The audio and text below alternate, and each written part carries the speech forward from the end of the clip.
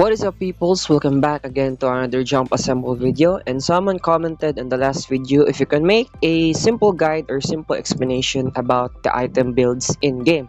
Now mind you, this is not a in-depth guide on each of every of the item, but I make some categories in order for you to have an idea on what items to build or to purchase in different situations. So without further ado, let's go to the training area, baby!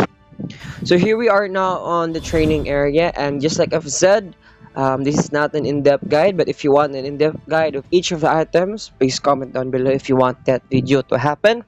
Well, anyways, again, I have categories for each of the three major items in the game.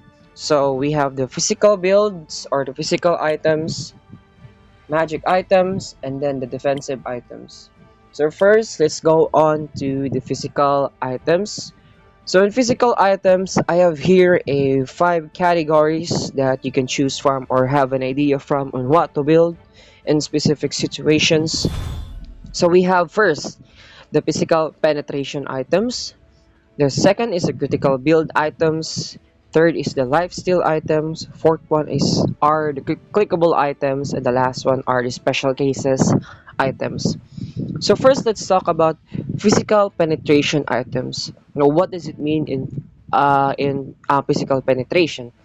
So physical penetration only means that these items are very items that you build in order for you to kill faster the tanks or kill those heroes that have high healths or those heroes that have skills or items that they can gain a shield from.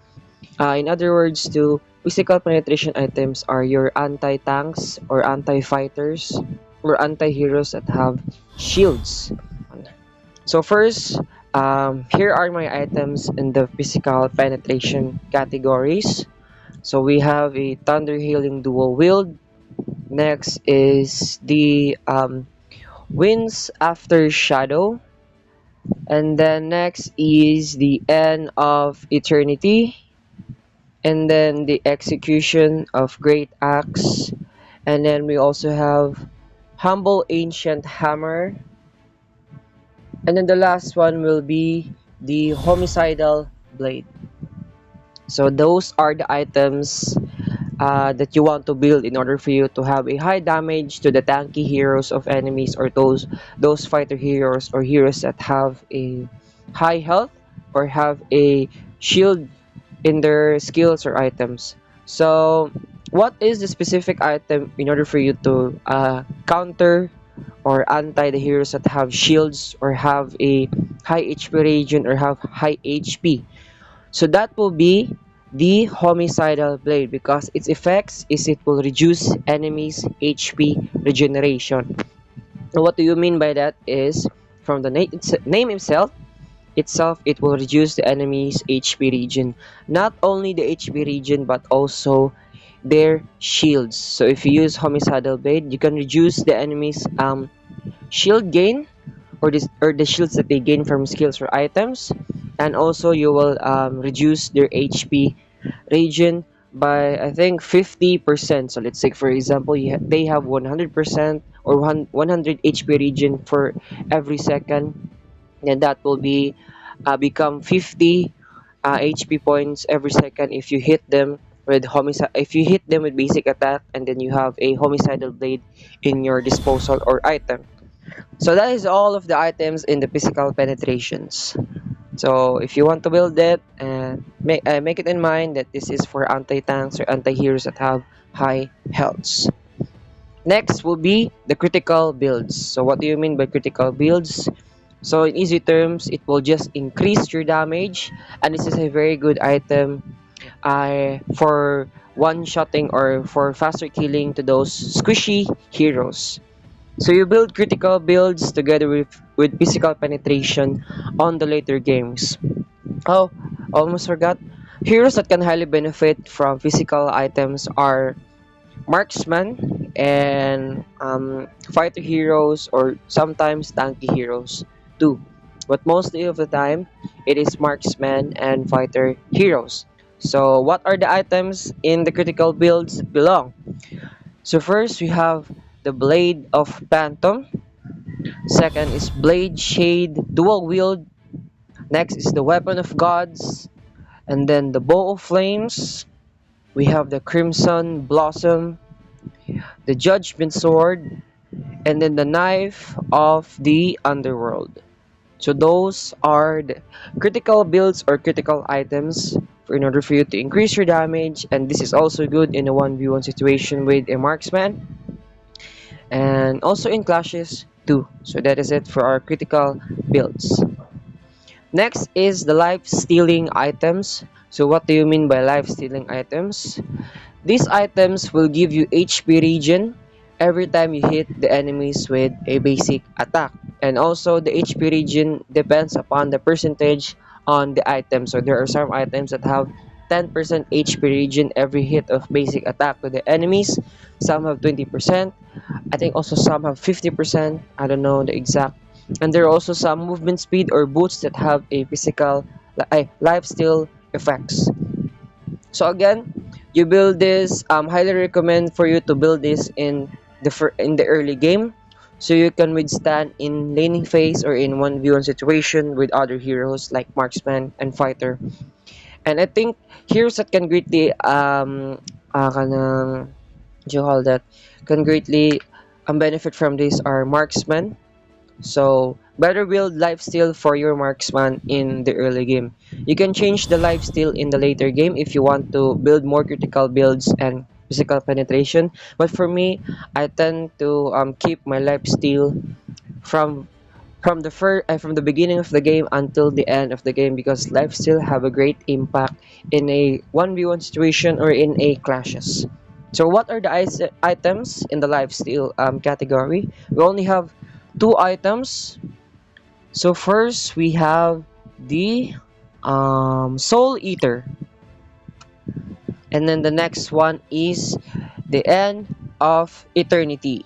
So those are the two heroes that have your lifesteal effects items. So maybe you have noticed End of Eternity has been seen in the physical penetration and also seen in the life stealing items. It is because of its effect. One of its effect is it's his suppress, in which your damage will increase the higher the enemy's HP is. So every 1% you'll have a 8% increase of your damage. So this is why I put End of Eternity in the physical penetration and also in the lifesteal, because it has two effects.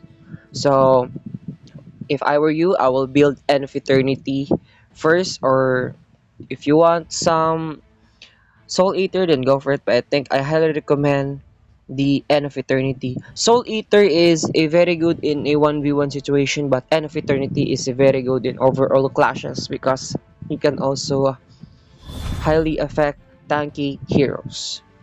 So that is it for all of our lifesteal items. Next are our clickable items. Now we only have two clickable items, and of course I'll be demonstrating one of them.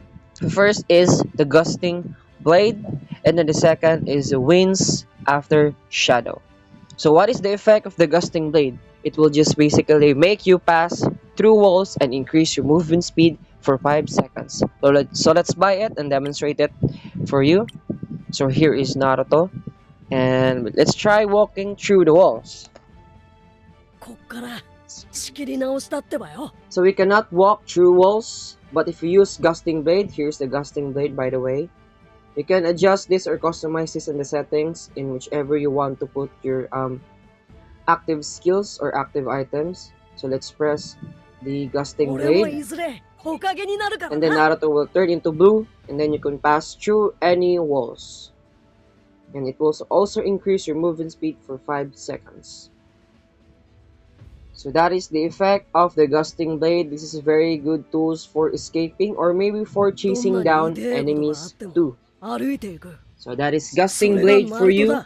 And then the second one of the clickable items is Winds After Shadow. So what are its effects after you press it? After you activate it or press it, it will just basically make your hero immune to basic attack for 1 second. So enemies cannot hit you with basic attack for 1 second if you activate your winds after shadow. So this is also very good in a 1v1 situation like for marksmen or for fighters. And that is it. Go for winds after shadow and then you will have a immunity of basic attack for 1 seconds. So those are our clickable items. And the last one will be our special cases items. So special cases item, what I mean about this is they have different effects that I cannot put into these other four categories. So I'll just gonna be explaining each one of their effects in order for you to have an idea on what to build. So first we have the Thorny Knife. And then the next is our Purging Sight. And then the Blade of Thunder. And then the Scale Knife. Or the Red Scale Knife.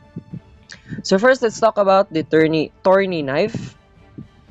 So Thorny Knife Thorny Knife will give you a magic, like a shield for magic damage. So if you get hit by a magic damage, you will gain a barrier or a shield, and that will greatly decrease the magic damage of the enemy. So if you want to build, so if you want your marksman to build a item that have a physical attack and also give you a anti-magic damage, then go for the Thorny Knife. So that is the simple explanation of the Thorny Knife. It will give you a anti-magic or it will decrease the damage the magic damage of the enemy if you have the Thorny Knife, because once activated you will gain a barrier or a shield that will decrease the magic damage of the enemy. So that is the Turning Knife. Now next is the Purging Sight. So Purging Sight, in easy terms, it will just reduce the damage of your enemies every time you hit them with basic attack. So the damage reduced will be 10% and that will be for 2 seconds.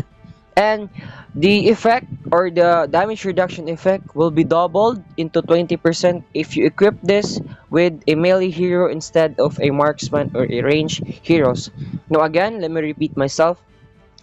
If you hit the enemy with basic attack, and if you're a ranged hero or marksman hero, you will reduce their damage to you by 10% for 2 seconds. But if you equip Purging Sight to those melee heroes, then those 10% will become 20% damage reduction for 2 seconds. So Purging Sight is also very good for a 1v1 situation and overall for team clashes, because again it will reduce the damage of the enemy that the enemy that you hit will reduce the damage that you will be getting from them.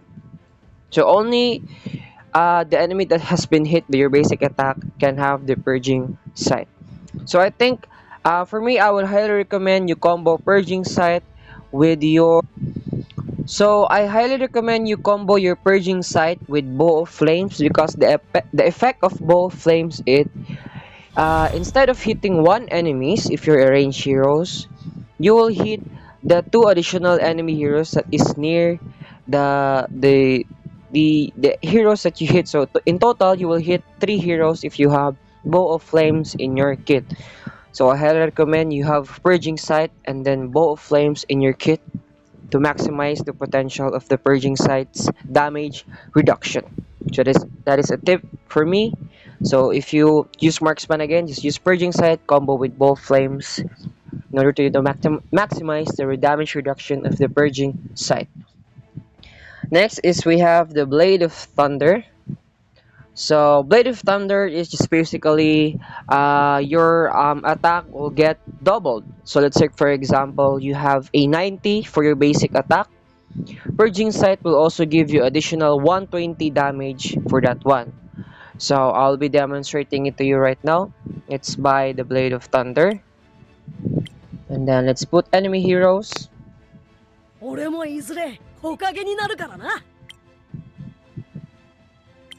And this will also hit multiple enemy heroes that is within your basic attack range. So as you have noticed, I have this thunder thingy in the hands of Naruto.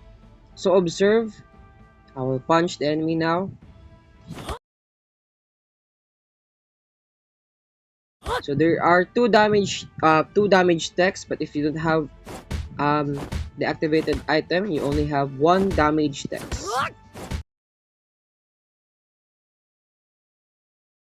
So that is our Blade of Thunder's effects. So again, it will just double your damage. And then the last one will be the Red Scale Knife.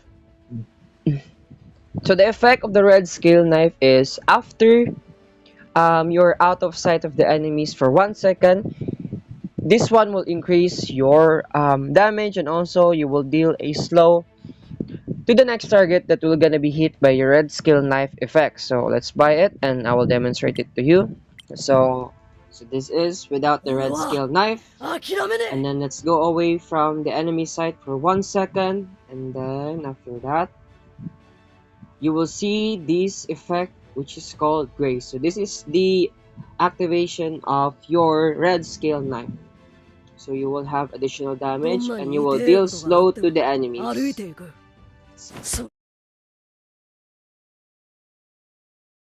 can see there are two damage techs against. Oh, so we got crashed. So as you see there, we got two damage techs out from your Red Scale Knife effects.